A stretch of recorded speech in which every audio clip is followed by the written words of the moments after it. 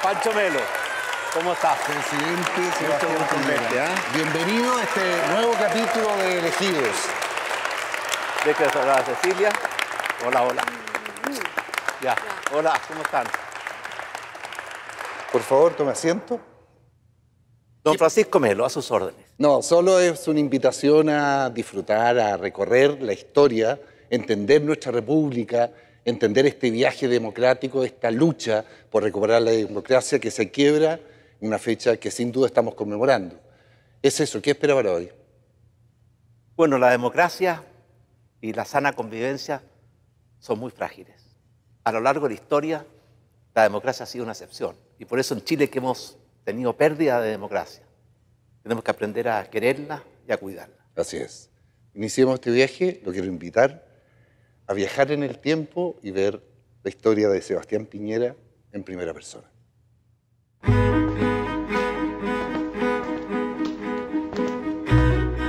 En los 70, yo era estudiante y después profesor de Economía en la Universidad Católica. Hay décadas en que no pasa nada y hay semanas en que pasan décadas. En esa época todo estaba pasando.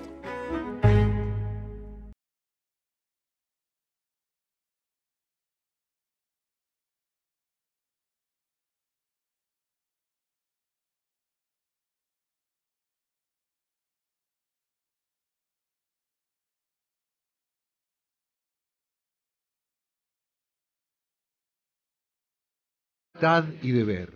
Es el legado que Sebastián Piñera recibe en partes iguales de sus padres de alma demócrata cristiana. José Piñera Carvalho, su padre, embajador en Bélgica y Naciones Unidas en tiempos de Frei Montalva, siempre se esforzó por ampliar la visión de mundo de cada integrante de su clan.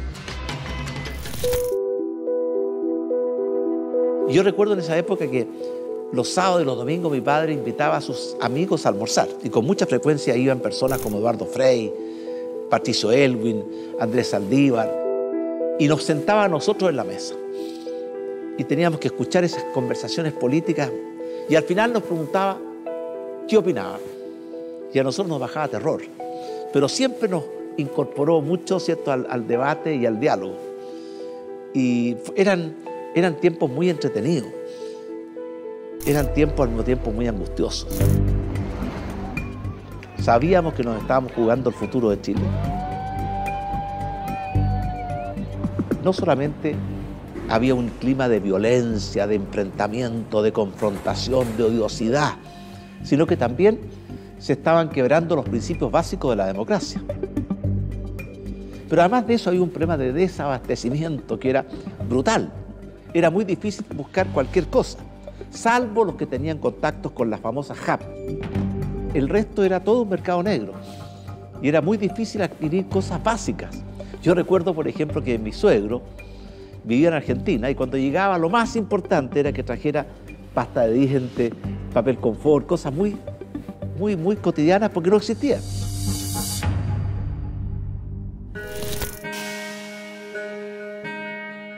Por esa época, Sebastián es un joven ingeniero comercial. Con solo 23 años ya ejerce como profesor de economía en la Universidad Católica y también asesora a parlamentarios de la democracia cristiana. Aunque no milita en ese ni en ningún otro partido, su visión del gobierno de Allende es crítica, al igual que el clima de intolerancia que vive el país. Yo me acuerdo cuando vino Fidel Castro a Chile.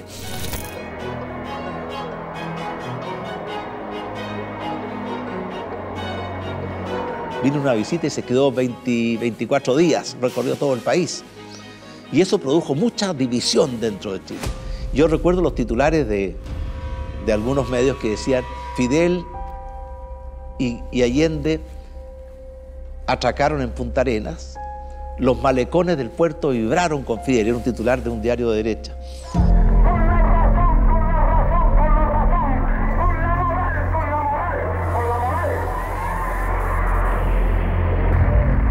Fueron después los diarios de izquierda que trataban de viejos de mierda a los miembros de la Corte Suprema. Yo creo que eran los Twitter de esa época. Porque era todo confrontación, negativo. Era un clima de descalificación, de agresión, de falta de respeto, de falta de amistad cívica. Y por tanto, uno se da cuenta cuando ya cruza el punto de no retorno. Y la situación en Chile en agosto del año 73 era realmente caótica y era una tragedia griega, porque todos sabíamos que iba a terminar mal.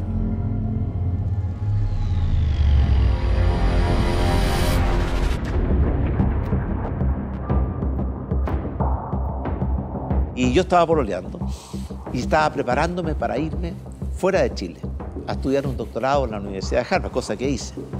Y en agosto, a mediados de agosto, cuando estaba en medio del paro de los camioneros, que fue un paro muy fuerte porque paralizó el país, yo partí a Estados Unidos. Sebastián Piñera se despide de un Chile que jamás volverá a ser el mismo.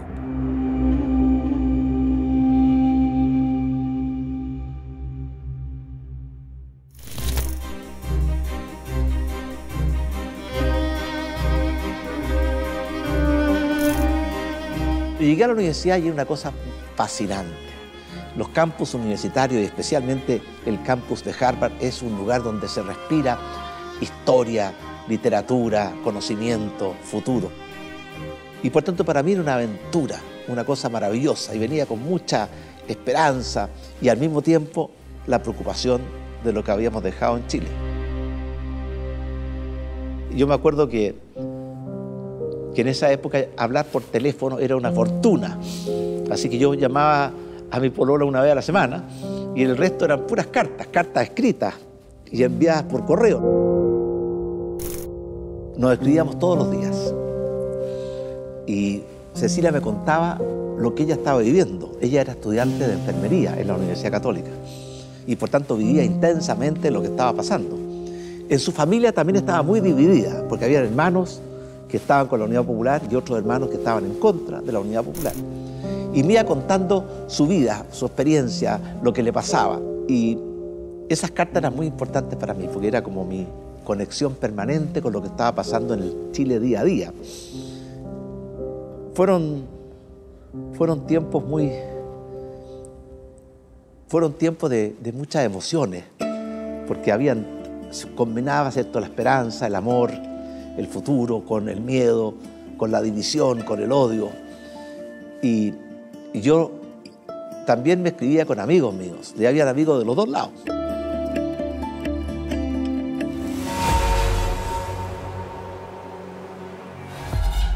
Me acuerdo que el 11 de septiembre del año 73 era mi primer día de clases en la Universidad de Harvard.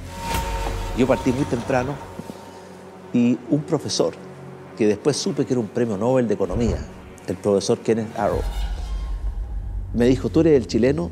Porque yo era el único chileno en esa generación. Sí, le digo, golpe de Estado en tu país, algo pasó muy brutal. Dígale a mi general Pinochet que mi general Lee que ataca de inmediato la moneda con 4 aviones de combate, de arroyo. Recibido, conforme. Yo me devuelvo a mi departamento y pongo la televisión. Y la televisión americana le dio mucha cobertura a lo que estaba pasando en Chile. Shocking images are coming to us from Chile. There has been a coup by the country's armed forces. Yo me acuerdo los aviones bombardeando la moneda, los tanques que pasaban frente a la moneda y había un montón de personas boca abajo en la calle y nunca supe si el tanque que avanzaba hacia ellos se detuvo o continuó. Después confirmé que se detuvo. Los bandos, las listas de perseguidos, de personas que tenían que presentarse. Entonces pensé, mi país ¿cierto?, enloqueció.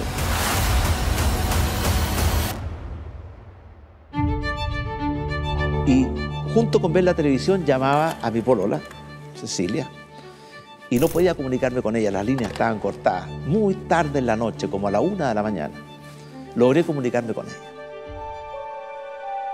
Y una cosa impulsiva, instinto, lo primero que le dije, ¿qué hacemos? Y fíjese usted que yo en mi vida, muchas de las decisiones más importantes de mi vida las he tomado en base a la intuición, lo que uno siente acá adentro. Y yo sentí en ese minuto ese impulso. Y de hecho fue lo primero que le dije. Y me sorprendió que la respuesta de ella tenía 18 años, era una niña muy joven. Fue instantánea. Sí, ¿qué hacemos? Yo tenía 23 años, ella tenía 19 o 18. Eso fue hace 50 años atrás. Y aquí estamos con 50 años de matrimonio, 4 hijos, 13 nietos. Cómo es curiosa los caminos de la vida.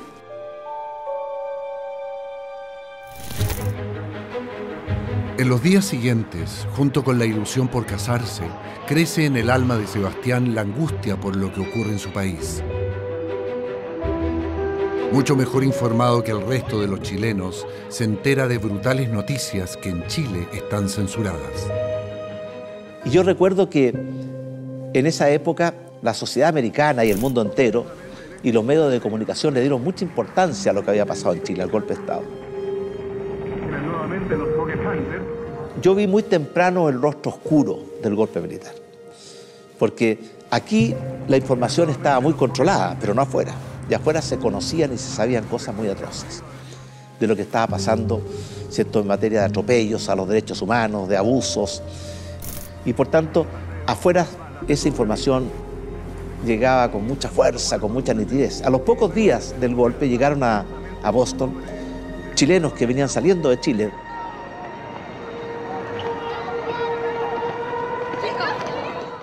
Y ellos nos contaron cosas atroces. Y por tanto yo, muy tempranamente, tomé una posición de oposición al gobierno militar. 3 meses después del golpe, Sebastián Piñera hace un viaje relámpago a Chile para cumplir su promesa de casarse con Cecilia Morel. Aterriza a mediados de diciembre en un país que casi no reconoce,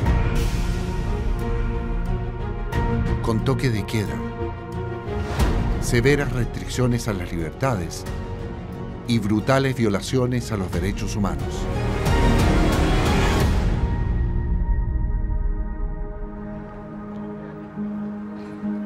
Fueron 3 o 4 días tan intensos. Llegar, reencontrarse con un Chile tan distinto al que yo había dejado 3 meses atrás. Por de pronto el marido de una prima hermana mía había sido exiliado, había estado refugiado en la Embajada de Italia, Pieragallo. Un muy cercano a mí había sufrido la desaparición de uno de sus hermanos y hasta el día de hoy no aparece. O sea, sí, había muchos cercanos míos, familiares míos, amigos míos que habían sufrido con las consecuencias de un Estado que no respetaba, ¿cierto?, los derechos humanos.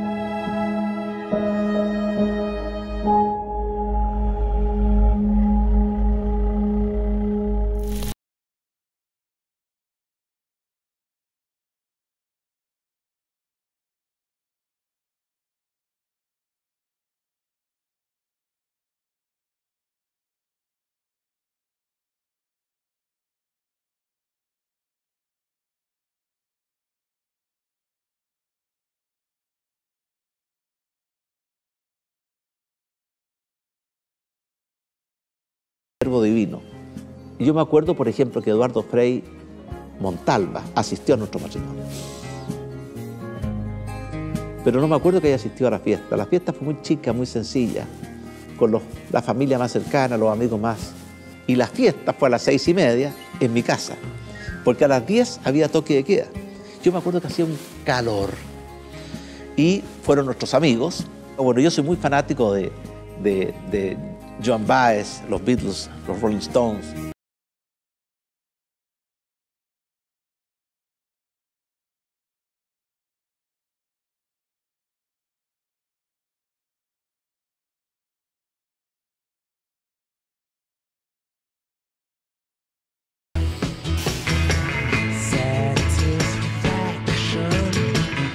Me acuerdo que nos fuimos de luna de miel 2 días, porque yo me vine entre un examen de Harvard y otro. Fuimos un par de días de luna de miel a Concón y volvimos a Estados Unidos.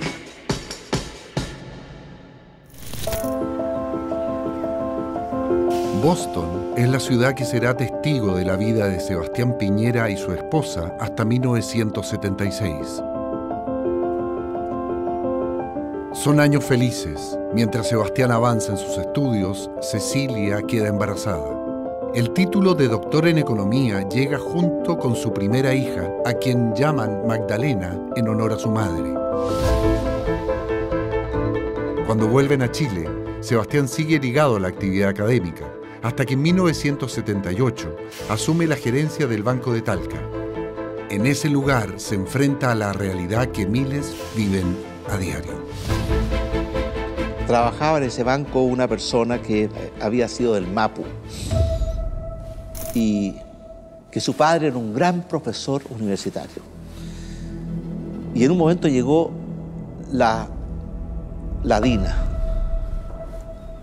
a buscarlo, o la CNI, no estoy seguro, puede ser la CNI.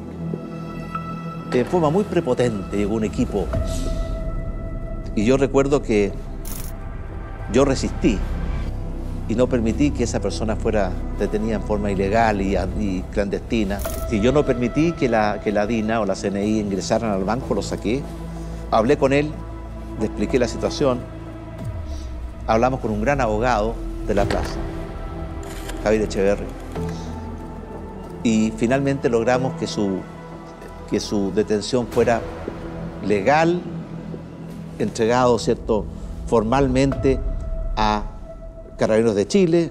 Cuando una persona era retirada de su casa o retirada de su lugar de trabajo por la CNI o por la DINA, no había ninguna constancia, no había ninguna forma de garantizar la vida de esa persona. De hecho, muchos de los que fueron retirados de esa forma, de sus hogares, de sus puestos de trabajo, simplemente desaparecieron. Nunca más se supo de ellos. Que fue el caso de personas con los cuales yo tenía también alguna cercanía. El hermano de un amigo mío muy cercano, que desapareció y hasta el día de hoy no sabemos de él.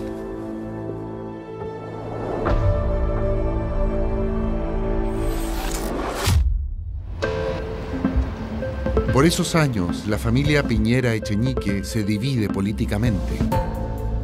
El hermano mayor, José, es reclutado por el régimen militar, primero como ministro del Trabajo y luego como ministro de Minería. Además, será promotor de la controvertida Constitución del 80.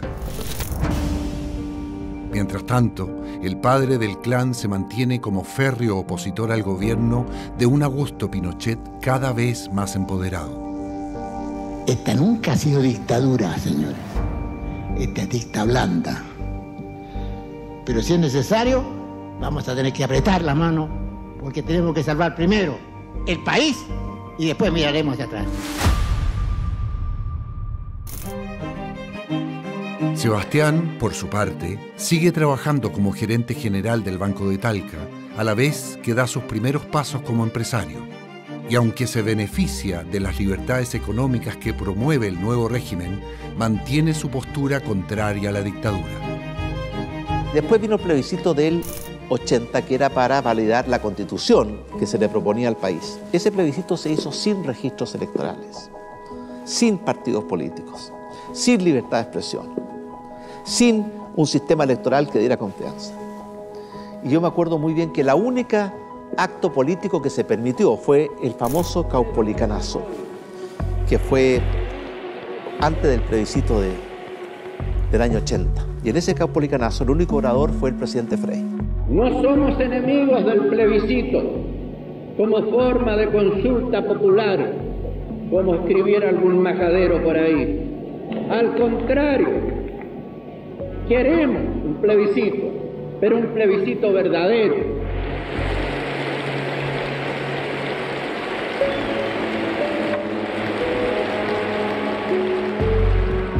Yo colaboraba con el presidente Frei en esa época como economista y pensé que era mi deber asistir. Porque yo estaba en una posición muy cómoda, ¿cierto? Tenía un hermano ministro, era gerente de un banco, un tío mío era presidente o secretario general de la conferencia episcopal, o sea, dije, si yo no me atrevo a ir o yo no puedo ir, y por tanto decidí ir. Me acuerdo que mi padre me pasó a buscar y partimos al Caupolicán. Nos sentamos en las primeras filas. Y fue un momento muy emocionante, muy emblemático. La seguridad y la paz no pueden ser el fruto de continuos operativos y allanamientos o de peinar las poblaciones en busca de delincuentes para después descubrir que ellos están ubicados en otras partes y organismos. En esas condiciones fue la única expresión de la oposición chilena al gobierno militar frente a un plebiscito que no tenía ninguna de las garantías mínimas de una democracia.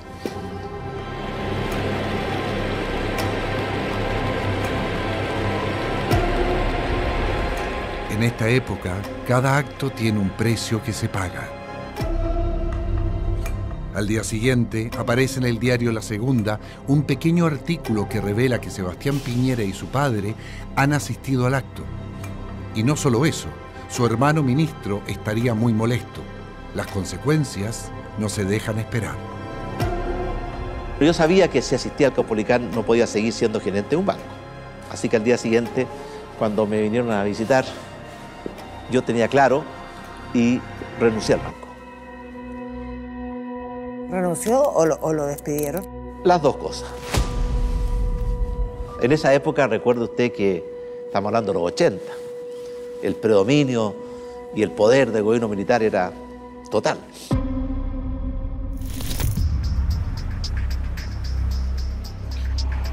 Avanza la década de los 80. Mientras en las calles las protestas contra la dictadura van en aumento, al interior del hogar de Piñera, la familia crece. La Cecilia está esperando su cuarta guagua que está a punto de nacer.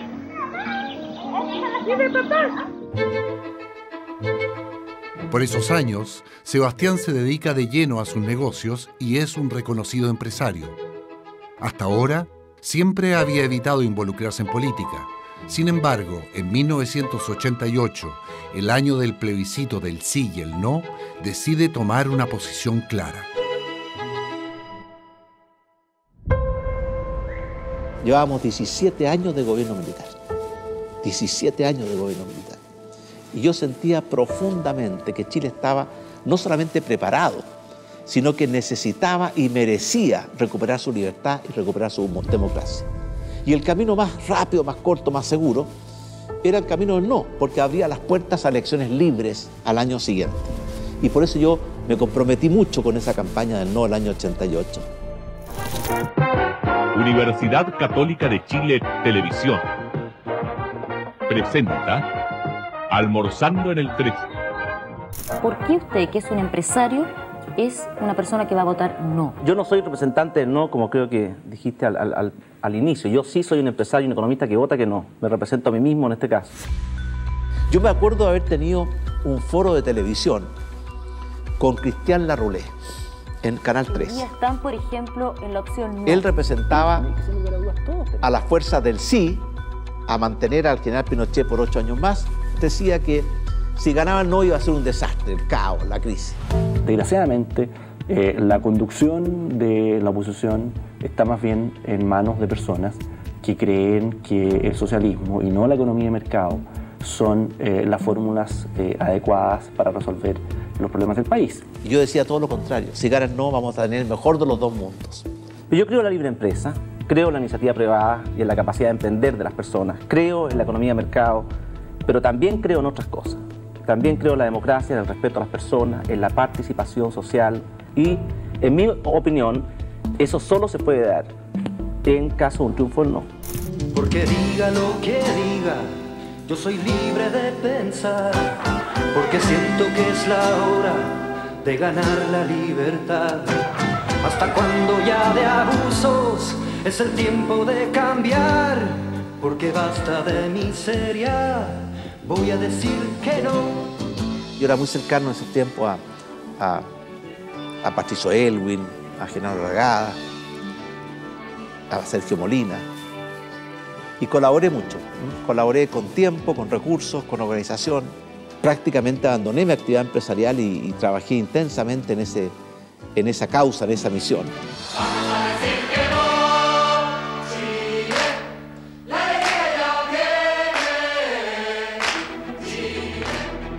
Mientras Sebastián Piñera participa en la campaña del no, aparece en foros televisivos y expresa públicamente su opción, también convive en los directorios de sus empresas con grandes ejecutivos que están del otro bando. Pero fiel a su modo de ser, intenta que nunca se rompa la amistad cívica ni el humor.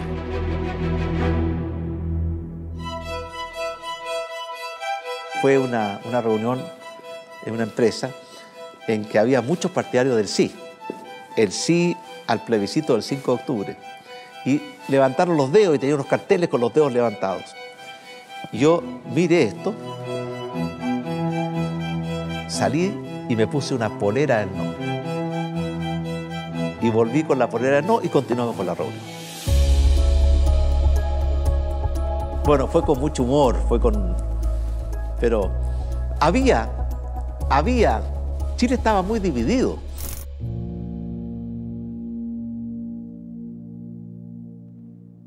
¿Qué era lo mejor para Chile el 5 de octubre del año 88? ¿Que ganara el sí y se mantuviera el régimen militar? ¿O que ganara el no y recuperáramos nuestra democracia?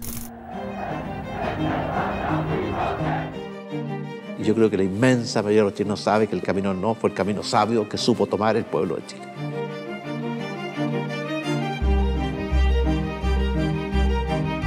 Días después del triunfo del no, vuelve a sentarse a la mesa del directorio de la reunión anterior. Aunque Chile está cambiando, las personas que lo habitan son las mismas y hay que convivir con ellas. Fue una reunión con los mismos que se habían puesto los letreros del sí.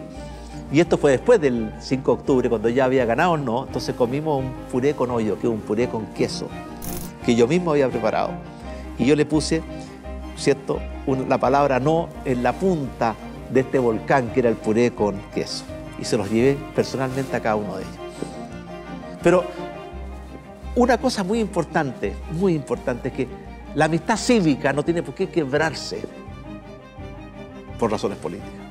Yo he visto personas que quiebran familias y quiebran países por temas religiosos, por temas ideológicos, por temas políticos. Yo creo que uno puede saber convivir con la diferencia, convivir con la discrepancia. Eso es el pluralismo. Saber respetar ideas distintas. Por eso yo siempre he cultivado mucho la amistad cívica, esta idea de poder sentar a la misma mesa personas que piensan distinto.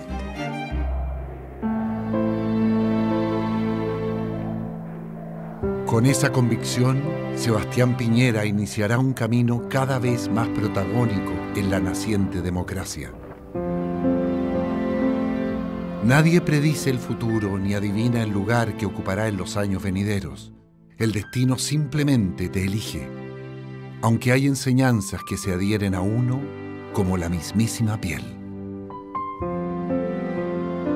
Recordar es volver a traer al corazón. Y yo creo que es bueno recordar. ¿Por qué?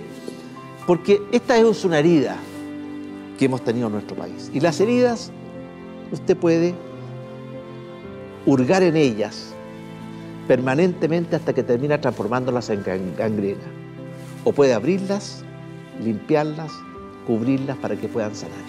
¿Y para qué? ¿Para repetir los mismos odios, odiosidad, enfrentamiento, muerte, sufrimiento? No, todo lo contrario, para aprender del pasado y que nos permita esa experiencia iluminar los caminos del futuro.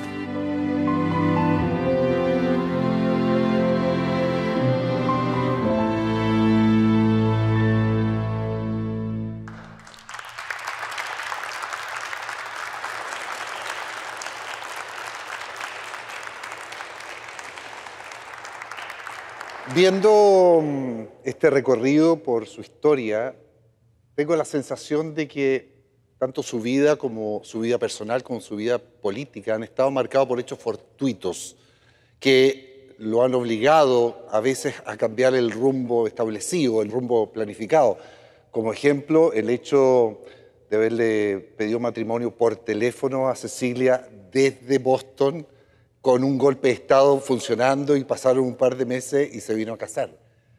¿Qué sensación tiene con respecto a eso, de estas decisiones que el destino lo obliga?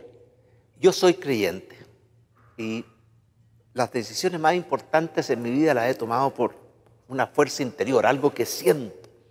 Por ejemplo, cuando yo decidí entrar al mundo político como candidato a senador, fui a hablar con mis padres que estaban vivos. Y mi padre me dijo, de todas maneras, en el sector público se puede desarrollar en plenitud, en el sector privado podrá tener más comodidades, más seguridades, pero realización plena es el servicio público. Y mi madre me dijo, por ningún motivo no se meta a la política, dedíquese a su familia. Y le hice caso a mi padre, y no me arrepiento. Pero una reflexión, Francisco, después de ver esto, yo creo que fueron tiempos muy tristes y oscuros para Chile. La Unidad Popular quería imponer en Chile una dictadura marxista y avanzó sin transar hacia ese objetivo y no respetó la democracia. Y además produjo una crisis política, económica y social de gran proporción. Después el gobierno militar tiene el capítulo oscuro de los atropellos a los derechos humanos, que son inaceptables. Eso es una lección que tenemos que aprender, de que los derechos humanos es una regla civilizatoria. Hay que respetarlos siempre, en cualquier lugar, tiempo o circunstancia. Pero lo que más me duele a mí, y alguna vez lo dije, es que fueron dos gobiernos que dividieron profundamente a los chilenos. Cuando la política se mete dentro de la familia y enfrenta hermano con hermano, marido con mujer, cuando se mete en todos los ámbitos de la vida y genera esa división, esa odiosidad, esa confrontación, el país pierde. Mire, la historia nos muestra que cada vez que nos hemos dividido en una lucha fratricida entre nosotros mismos, hemos conquistado grandes derrotas y grandes dolores. En cambio, cada vez que nos hemos unido detrás de una causa noble, hemos logrado los más hermosos triunfos, como cuando logramos nuestra independencia, la reconstrucción después del terremoto del 27F, el rescate de los mineros, por dar algunos ejemplos. Exacto. Y por eso una lección a sacar de aquí es que uno puede pensar distinto, pero el del frente es un adversario que usted tiene que tratar de convencer o derrotar democráticamente, pero nunca un enemigo al cual que hay que cancelar o eliminar. Y esa es una lección que en Chile pensábamos que la habíamos aprendido, pero lo que yo he visto en los últimos tiempos en que empiezan nuevamente a sentirse esos vientos de tanta violencia, de tanta descalificación, de tanta cancelación. Comencemos con su primer gobierno en que llega a la presidencia después de 46 años un presidente de derecha, Alessandri había sido el último, un gobierno en que se había instalado el hecho de la celebración del Bicentenario. Se había preparado durante mucho tiempo, habían grandes proyectos a realizar, pero nuevamente un hecho fortuito, poco antes de asumir el 27F, que ya recién nombró, evidentemente empieza a cambiar los planes. ¿Cómo fue eso? ¿Qué pensó? ¿Dónde lo pilló el terremoto del 27F? Yo estaba preparándome para hacer una excursión a caballo a la cordillera y me despertó el terremoto. Me vine a Santiago, me junté con algunos futuros ministros, que yo era presidente electo y el gabinete ya estaba designado, y fuimos a la ONEMI. Y después nos fuimos al sur, a Talcahuano, a Concepción. Fíjese que el terremoto, la gente se olvida, destruyó casi un tercio de nuestra infraestructura. 1 de cada 3 escuelas, 1 de cada 3 hospitales, 1 de cada 3 puentes. Y por tanto yo me acuerdo muy bien que apenas llegamos al gobierno, esto pasó 11 días antes de llegar al gobierno, tuvimos que asumir primero la urgencia más inmediata, encontrar a los muertos, a los desaparecidos, dar auxilio a las víctimas, recuperar la capacidad de electricidad, agua potable. Eso fue los primeros días. Pero se venía el invierno y habían 220.000 familias sin hogar en el sur de Chile. Y por tanto hicimos una carrera contra el tiempo para construir 220.000 soluciones habitacionales, para recuperar hospitales. Por ejemplo, la región del Maule, nunca se me olvidó, se quedó sin hospitales. Se cayó el hospital de Talca, de Curicó, de Linares, de Cauquenes, de Concepción. Entonces fue una lucha contra el tiempo, de recuperar lo esencial para que las personas, teníamos 12 millones de personas afectadas por el terremoto, pudieran recuperar su vida.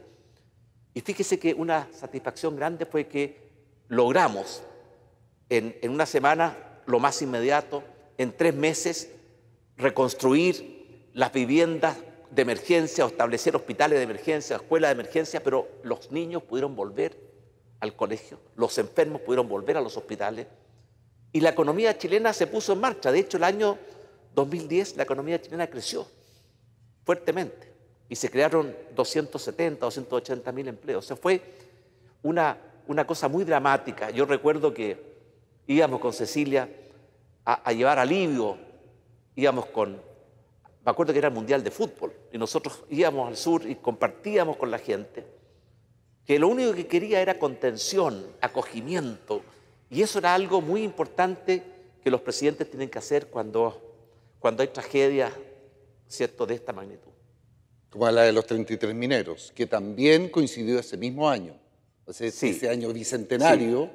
Lo de los 33 mineros fue algo maravilloso, porque fue un homenaje a la vida, a la esperanza, a la fe. 33 mineros atrapados en las entrañas de una montaña a más de 700 metros de profundidad. Todo el mundo pensó que eran 33 personas que iban a perder su vida o que ya habían perdido su vida. Yo recuerdo que yo estaba fuera de Chile en el cambio de mando en Colombia y me vine y paramos en Copiapó y fuimos a la mina San José. Ya se estaba formando el campamento Esperanza, ya habían llegado las madres, las hijas, pero todavía muy precario. Y habían puras malas noticias, porque al día siguiente hubo un derrumbe y al día subsiguiente un segundo derrumbe de la estructura de la mina. Y yo me encuentro con estas madres, hijas, esposas, desesperadas, y yo recuerdo la frase que les dije, que no se me olvidó nunca más. Yo les dije, los vamos a buscar como si fueran nuestros propios hijos. Vamos a golpear todas las puertas para pedir ayuda. Pero también tenemos que rezar porque esto está en las manos de Dios.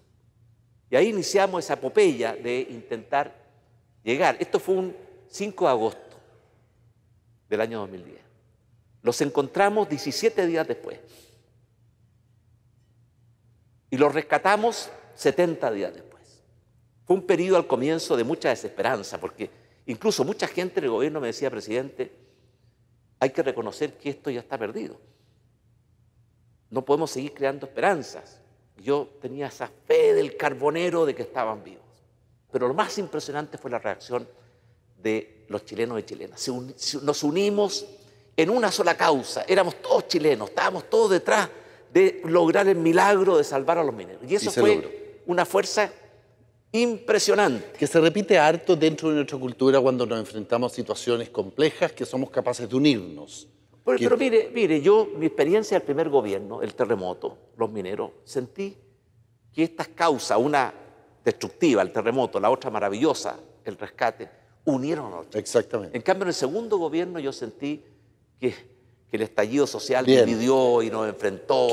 Es que es interesante, especialmente por el tema de la democracia en Chile, abordar el tema del 18 de octubre. Fue un momento en que uno se reencontró o se encontró con un nivel de violencia, como usted dice, se encontró con chilenos enfrentados unos con otros. ¿Qué sensación tuvo? ¿Tuvo temor en que esta democracia que nos ha costado tanto recuperar, reconstruir paso a paso, se estaba poniendo en juego? Bueno, sin duda que la democracia estuvo en grave riesgo, porque el 18 de octubre pasaron muchas cosas, algunas buenas y otras muy malas. Esa explosión, ola de violencia cruel, sin límite, implacable, que no respetaba nada, que quemaba escuelas, hospitales, edificios, almacenes, emprendimientos, incluso atentaron contra servicios de utilidad pública. Fue algo que yo creo que reflejó el alma más oscura que estaba en una minoría, porque hay que hacer una distinción. Ahí hubo manifestaciones muy multitudinarias que buscaban pacíficamente cosas legítimas, pero hubo una minoría muy bien organizada que pensó que el camino era destruir nuestro país, desde la base, y tener un aliado muy poderoso que era el fuego, porque el fuego usted lo deja y hace el trabajo solo. Yo recuerdo cuando por ejemplo, cuando se quemaron 7 estaciones del metro en forma simultánea, o después quisieron quemar el edificio en él, o atentaron contra un hospital en Coquimbo, contra muchos lugares que eran muy fundamentales. Entonces la violencia fue de tal magnitud, cruel, implacable, y a mí lo que más me duele fue que la oposición de ese entonces, en lugar de condenar la violencia en forma fuerte y clara, de una forma u otra la justificó, la amparó, la reconoció, incluso la apoyó. Yo nunca me olvidé de cuando homenajearon en el Congreso Nacional a la primera línea, que era la que estaba quemando los hospitales, las iglesias, las escuelas.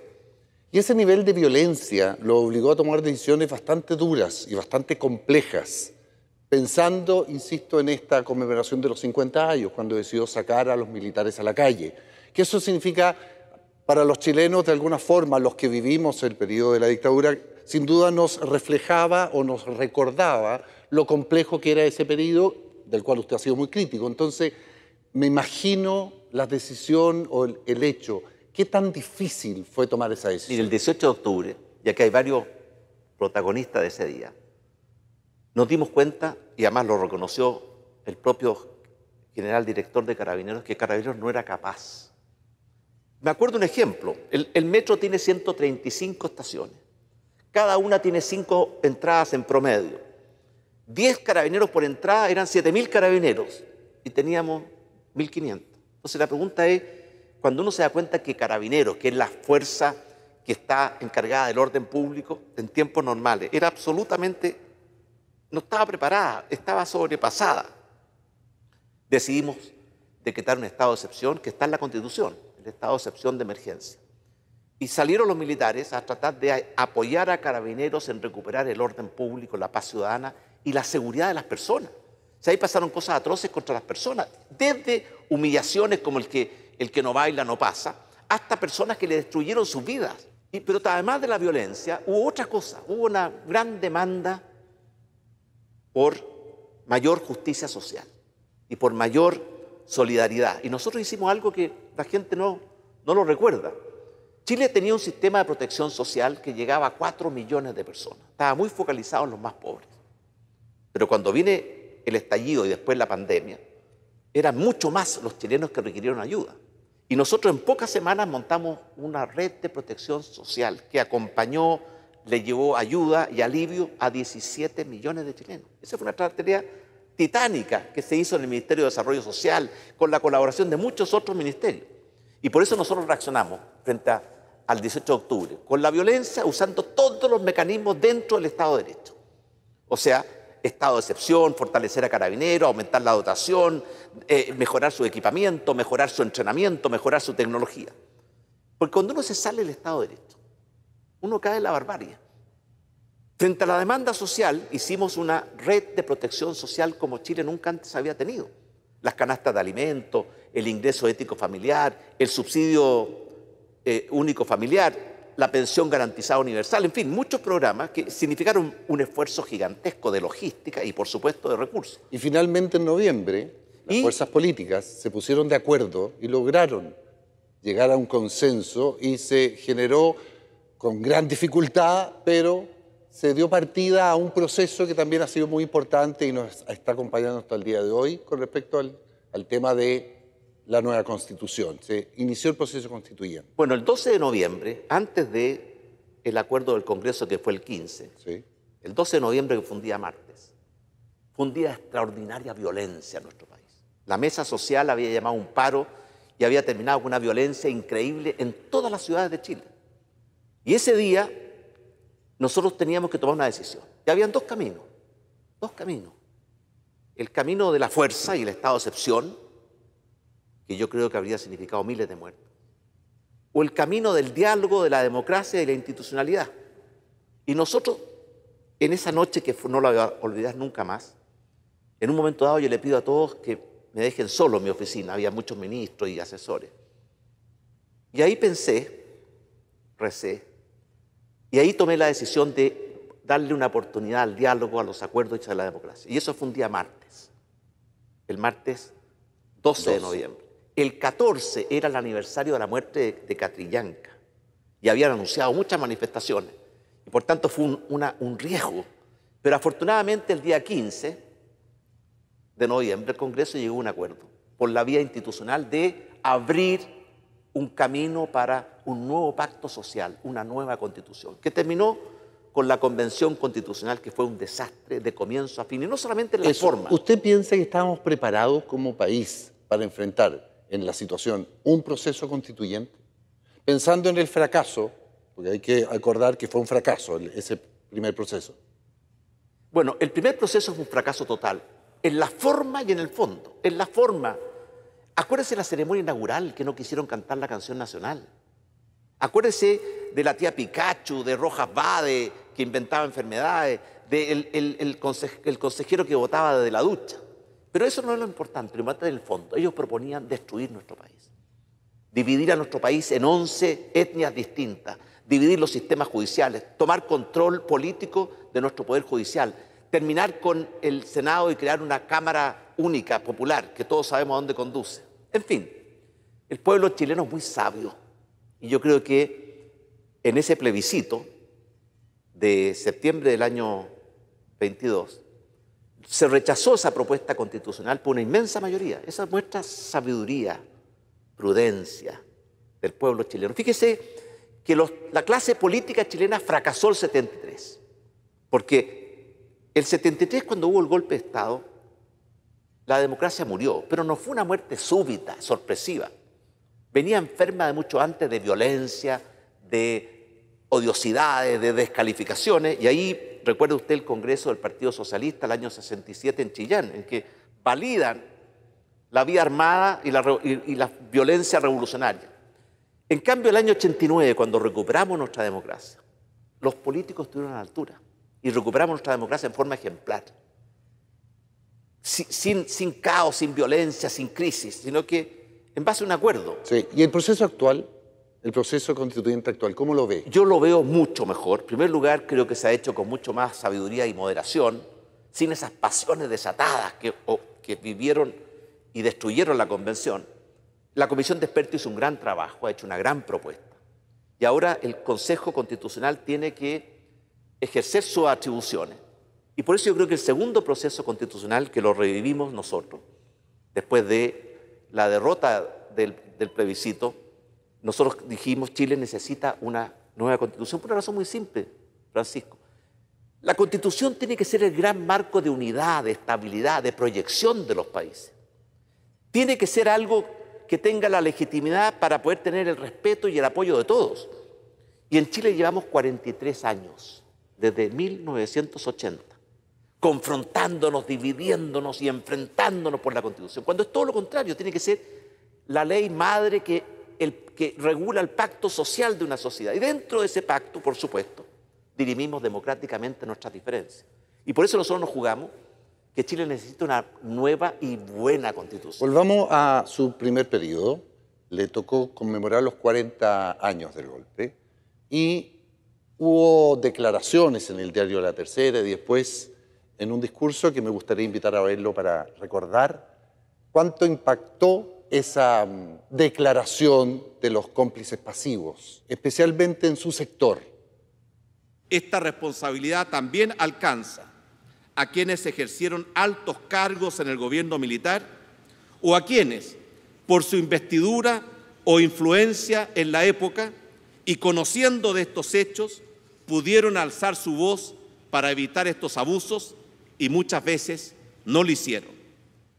Esta profunda reflexión, sin duda, muy valiente. Dos preguntas. ¿Por qué? ¿Por qué quiso hacerla? Y segundo, ¿tuvo costos políticos? Mire, uno cuando va acumulando canas y experiencia, o años de juventud, como dice la presidenta Bachelet, uno es más libre para decir lo que uno piensa. Yo lo que quise decir con eso de los cómplices pasivos, que la sociedad chilena falló, y no solamente los militares. Por ejemplo, el Poder Judicial, la Corte Suprema, cuyo mandato es defender los derechos y especialmente la vida de las personas, no acogía los recursos de protección, no se apersonaba en los lugares de detención ilegales, simplemente era servil al gobierno militar de la época. Los medios de comunicación eran simplemente voceros del gobierno. Vaya usted, y pudieron haber ejercido el rol que le corresponde a los medios de comunicación, que es ser, ¿cierto?, una voz crítica y libre. Y también algunos civiles que pudieron haber hecho más, por desconocimiento, por temor, no lo hicieron. ¿Y por qué digo esto? Pues yo me pregunto, si se volvieran a repetir las circunstancias, ¿haríamos lo mismo? Yo estoy seguro que no. Yo estoy seguro que todos actuaríamos mejor. Por ejemplo, yo creo que el Poder Judicial tendría mucho más conciencia de su obligación de defender los derechos esenciales de las personas. Yo estoy seguro que todos los políticos tendríamos mucho más conciencia también de que no podemos llevar a esos extremos la convivencia. Y por eso, ¿qué lecciones saca uno de esto? Por eso, ahí decía, recordar que lo que estamos haciendo ahora es traer de vuelta la memoria. Pero, ¿para qué? Es la pregunta. ¿Para qué? ¿Para transformar o repetir o heredar a nuestros hijos los mismos odios, divisiones que dividieron a la sociedad chilena durante esos tiempos de la Unidad Popular o del gobierno militar? No, todo lo contrario, para aprender de nuestros errores del pasado. Y, por ejemplo, yo creo que lecciones de todo lo que ha pasado en nuestro país en los últimos 50 años, respetar los derechos humanos, siempre, en todo lugar y circunstancia. Eso es un pacto civilizatorio. Segundo, cuidar la democracia y la sana convivencia. Tercero, respetar el Estado de Derecho, las leyes y la Constitución. Y estas son lecciones para el presente. Cuarto, condenar la violencia y nunca ser cómplice, ¿cierto?, de la violencia, como yo siento que lo fueron muchos sectores políticos después del 18 de octubre. Lecciones, porque los países pueden tropezar de nuevo con la misma piedra. Hay que aprender del pasado. Por eso yo creo que es bueno recordar. Yo en el discurso que hice a los 40 años, eso es lo que quise decir. Aprendamos del pasado. Cuidemos nuestra democracia, cuidemos nuestra convivencia, cuidemos nuestro país. Condenemos la violencia, respetemos la Constitución y las leyes. Otro gesto importante que decidió tomar, también para mi gusto arriesgado, viniendo del sector que representa, fue cerrar el penal Cordillera con Manuel Contreras ahí. Entiendo que corríjame si me equivoco, hubo un punto de inflexión que tiene relación con la declaración que en un programa de televisión hizo Manuel Contreras con cierta osadía y cierta... Mire, el penal Cordillera, antes de ser penal, era un casino de oficiales, no era una cárcel. Y por tanto, uno lo visitaba y era un casino de oficiales. Y las personas que estaban presas como Contreras, que fue el creador de la CNI, no estaban presos. Y eso se vio en una entrevista, que él le pide al gendarme, tráigame café. Entonces yo pensé que era una mala señal para Chile que personas que hayan cometido atropellos tan brutales contra los derechos humanos estuvieran en un casino oficial. Y por eso decidimos cerrar Cordillera y llevarlos a Punta Peuco. Porque Punta Peuco es una cárcel. Y es una cárcel que además se aprobó por ley. Y en muchos países del mundo hay cárceles especiales, pero cárceles, para militares, ¿cierto? Y las separan de las cárceles comunes. Y tuvo costos porque, claro, la derecha más pinochetista, incluso parte, me imagino, del mundo militar, lo debe haber sentido como una traición. Pero mire, yo creo que la derecha, yo soy de centro derecha, tiene ideas muy nobles. La idea de libertad, la idea de respeto, la idea de convivencia, la idea de buscar crecimiento, favorecer, ¿cierto?, a las personas, darles libertades para que desarrollen sus talentos y no ahogarlos con el socialismo estatista. Son ideas muy sanas y muy sabias. Y yo creo que la derecha no se identifica con el general Contreras. Así que si alguien de la derecha se siente ofendido porque yo como presidente decidí que Contreras, que fue, y esto lo ha dicho la justicia, un criminal, fuera a una cárcel junto a muchos otros, con dignidad, pero cárcel, y no estuviera en un casino oficial atendido por gendarmería. Bueno, dentro de sus imprevistos en general, cuando se enfrenta, partíamos hablando de este matrimonio en medio de un golpe de Estado, el último gobierno también se enfrenta a una pandemia.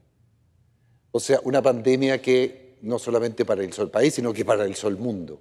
¿Cómo fue enfrentar un gobierno con ese nivel de dificultad, con ese nivel de peligrosidad, con la salud de los chilenos en riesgo? Yo le decía que gobernar es muy difícil y el presidente Boric lo está experimentando. porque es muy fácil ser oposición, pero es muy difícil gobernar. La oposición encuentra problemas fácil, estamos llenos de problemas, y los denuncia, fácil, pero el que está sentado en la moneda tiene que ver la forma de resolverlo. Y en el primer gobierno nos tocó el terremoto devastador, nos tocó el rescate de los mineros, pero en el segundo gobierno nos tocó el estallido social y la pandemia.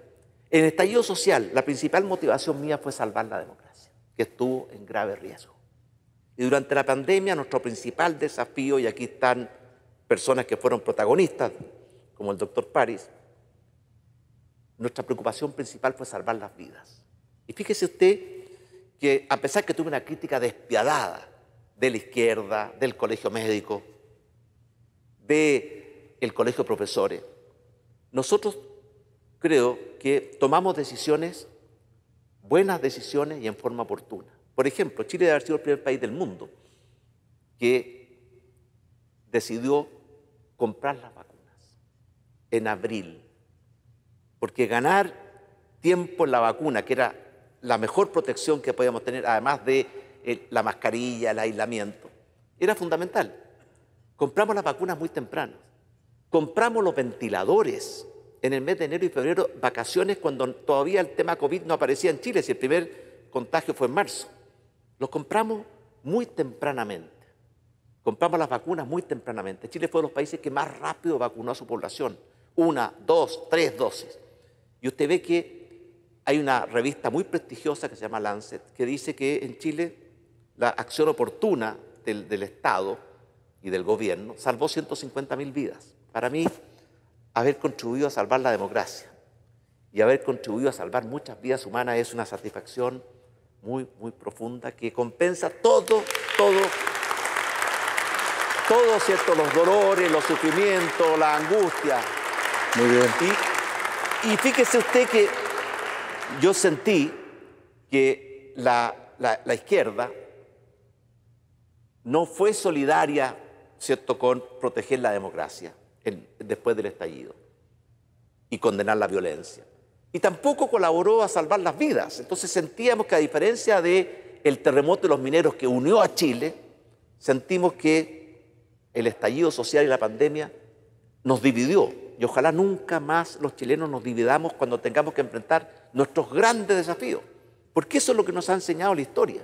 Por eso yo, y con esto termino, yo soy un gran creyente en mi país. Creo que Chile tiene que salir, porque hemos logrado superar la crisis institucional que nos pudo haber llevado al desfiladero, al abismo, con la Convención Constitucional, pero seguimos en un pantano de estancamiento económico, de no ser capaces de crear empleo, de corrupción, de falta de unidad y de una misión compartida. Nada une, motiva y entusiasma tanto a un pueblo como un proyecto noble, grande, ambicioso, pero factible, en que todos sientan que tienen un lugar para aportar y todos sepan que van a tener un lugar para participar de los beneficios. Eso es lo que Chile necesita hoy día, un sentido de misión que nos une a todos los chilenos y salir de esta guerra fratricida en que estamos metidos, que no conduce a ninguna parte. Quiero invitarlo a ponerse de pie.